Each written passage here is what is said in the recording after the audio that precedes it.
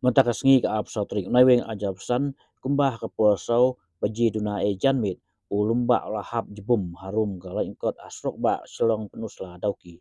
Kani kejing tua kelong kebelas bum hadu baga kanglat sendon sebak ya kalit kawan ki kali.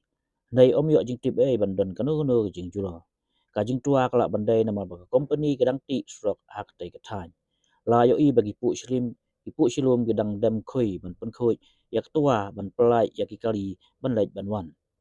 Lak ban kedau bagalit kawan seketan Pynursla dauki ke athut bah ini gibnai ba dep ru na kajing ti srok ke company kabla penolong ya ke SDU Pynursla ban perking yat kali kat kum kapor.